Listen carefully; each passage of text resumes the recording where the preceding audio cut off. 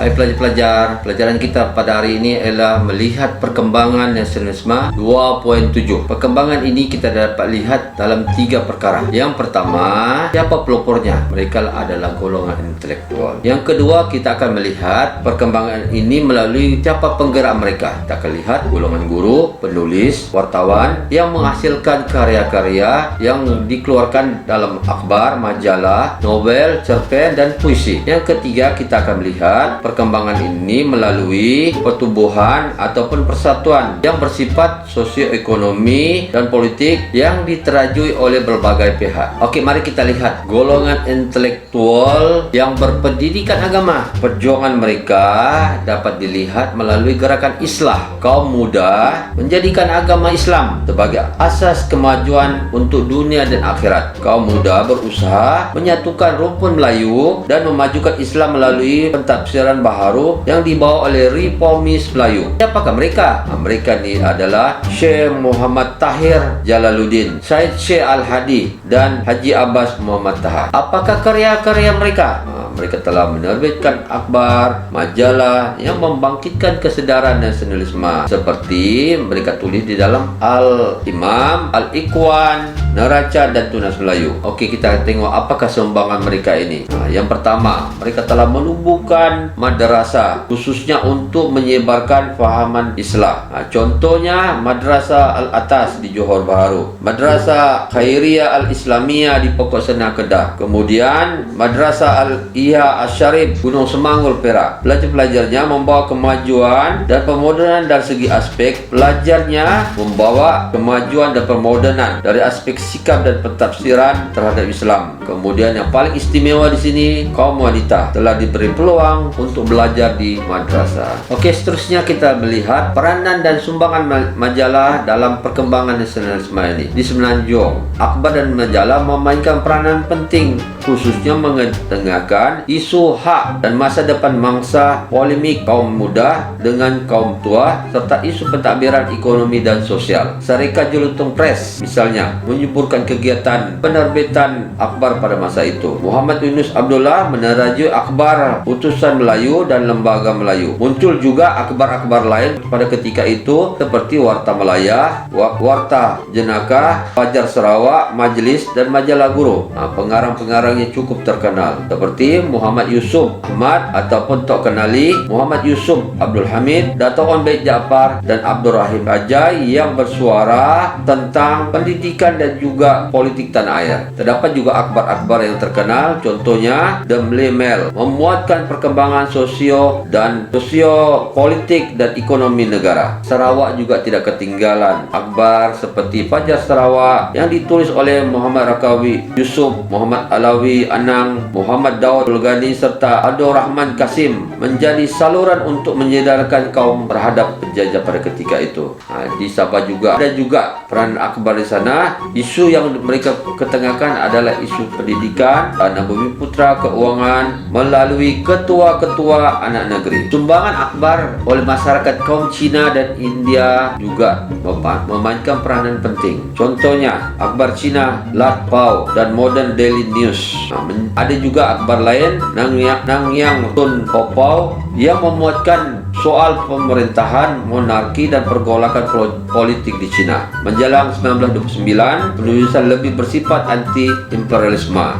Selain itu, sekitar tahun 1930-an, akhbar Nangyang Siampao di Pulau Pinang mula memperjuangkan soal kesatuan sekerja dan keadilan sosial ekonomi masyarakat kaum bawahan. Bagaimana pula akhbar India? Mereka pun mempunyai sumbangan terhadap perkembangan nasionalisme di tanah Melayu. Kandungan perjuangan mereka mengedepankan tentang kepentingan politik dan sosial masyarakat India di negara ini. Antara akhbar yang terkenal pada ketika itu Tamil Nesan, Tamil Murasu, akhbar The Indian Pioneer memuatkan pemikiran kepentingan perpaduan masyarakat kelas menengah di negara ini. Seterusnya kita melihat sumbangan karya kreatif. Contohnya Nobel. Berjaya telah memupuk nasionalisme di kalangan penduduk negara kita. Semua karya ini bertemakan semangat cinta negara dan perjuangan membela negara. Contohnya Nobel pada ketika itu, Mari Kita Berjuang oleh Abdullah Siddiq yang mengajak masyarakat memerdekakan diri dari segi aspek ekonomi. Puisi pula bertemakan cinta akan negara, seperti Angan-angan dengan Gurindam karya Omar Mustafa, Sedarlah Muhammad Ahmadi, Turunai Semenanjung Harun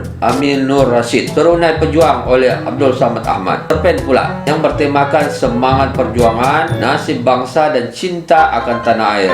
Contohnya Rumah Besar Tiang Sebatang karya Isa Haji Muhammad ataupun Pak Sako, Cerita Awang Putat oleh Abdul Rahim Kajai, Di Sini Kita Bukanlah Orang Dagang oleh Kak Samsudin Saleh. Perjuangan nasionalisme juga dapat dilihat melalui persatuan-persatuan yang wujud pada ketika itu. Contohnya Kesatuan Melayu Singapura ataupun dikenali sebagai KMS yang ditubuhkan pada tahun 1926 yang memperjuangkan kepentingan orang Melayu dalam bidang politik dan pendidikan serta mementingkan pelajaran teknik dan pengajian tinggi. Kejayaan KMS adalah mendorong persatuan negeri yang lain. Contohnya Persatuan Melayu Pahang, Persatuan Melayu Selangor, Persatuan Melayu Singapura. Sumbangan KMS ialah bekerja sama dengan British dan meminta supaya memberi peluang yang lebih banyak kepada orang Melayu dalam bidang pentadbiran.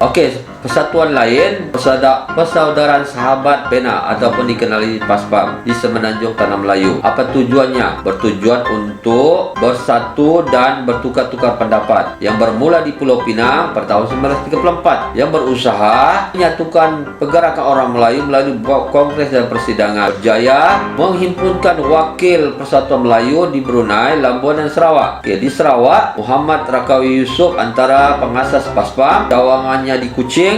Beliau bersama-sama dengan Johari Anang untuk mengasaskan Persatuan Melayu Sarawak pada tahun 1939. Di Sabah, kesedaran berpersatuan wujud pada akhir abad 1930-an. Penubuhan cawangan PASPAM di Jesselton ataupun sekarang dikenali sebagai Kota Kinabalu, Tawau, Labuan pada tahun 1939 meningkatkan kesedaran sosial dalam kalangan ahlinya. Kemudian satu lagi, Kesatuan Melayu Muda ataupun dikenali sebagai KMM. Pemimpinnya adalah Ibrahim Haji Yaakob yang ditubuhkan pada tahun 1937. KMM berjuang melalui akbar, yaitu majlis yang berhasrat untuk menentang British dengan mewujudkan satu gagasan yang diberi nama Melayu Raya melalui gabungan Tanah Melayu dan Indonesia. KMM menyuruh orang Melayu untuk bangun sebagai satu bangsa yang mempunyai tamadun dan kesopanan di tanah air. KMM dianggap radikal oleh British karena berani menyuarakan penentangan terhadap kerajaan kolonial dengan membangkitkan perasaan anti-British.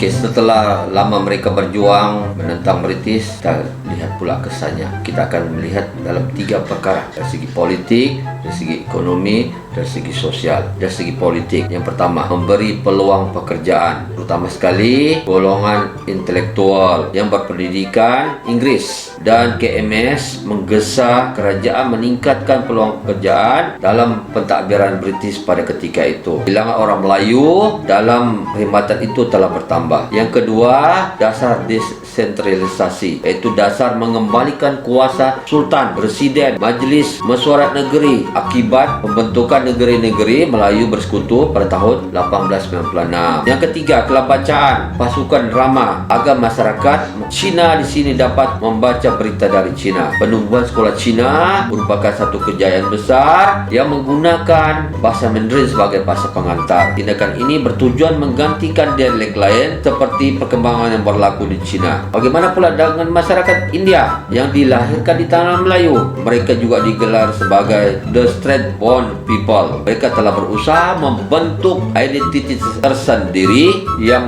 menunjukkan peningkatan dari segi perpaduan. Akhirnya, tokoh-tokoh nasionalis telah ditangkap oleh British. Contohnya Ibrahim Haji Yaakob dan Ahmad Mustamam yang telah ditangkap dan dipenjarakan di Singapura pada tahun 1941. Kesan dari segi ekonomi, kita lihat gesaan kaum muda terhadap kaum Melayu yang memajukan diri dalam bidang ekonomi dan dan juga pendidikan. Seterusnya membangkitkan orang-orang Melayu untuk berniaga. Hasilnya tertumbuhlah persatuan kebajikan yang bernama Al-Jamiyah Al-Khairiyah di Singapura. Yang kedua, pendidikan. British lebih menekankan pendidikan dalam peringkat terendah kepada penduduk tempatan. Hal ini menyebabkan orang-orang Melayu menyuarakan perkara ini kepada British. Zakbah sebagai tokoh nasionalis kerap membangkitkan isu ini semasa mengajar di SITC. Beliau menyedarkan para guru pelatih akan kepentingan pendidikan tinggi dan kurikulum bahasa Inggris. Yang ketiga, perkembangan akhbar berbahasa Inggris. Contohnya adalah The Mlemel yang berusaha mengasaskan dana bagi membantu orang Melayu melanjutkan pelajaran ke luar negara, dan usaha ini telah disokong oleh Persatuan Guru-Guru Melayu Selangor dan Persatuan Negeri. Oke, yang seterusnya kita akan melihat kesan dari segi sosial. Kita lihat apakah kejayaan yang telah diperoleh. Kejayaan telah diperoleh antaranya dari segi peluang pendidikan melalui penulis akhbar. Akhirnya kita dapat melihat ramai orang-orang Melayu telah diberi pendidikan oleh pihak Inggris. Oke, kemudian kita melihat dari segi perkhidmatan awam seperti guru.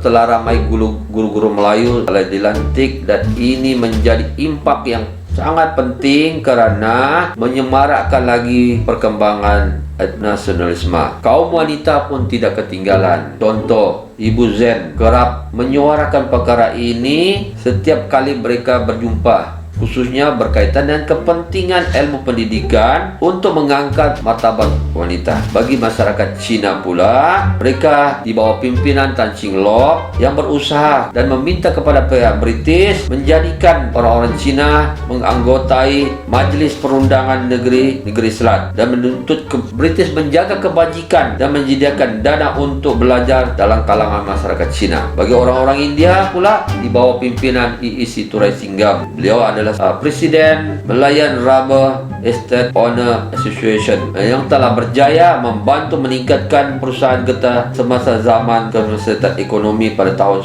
1920-an dan pada tahun 1930-an. Jangan lupa like, share dan subscribe channel ini.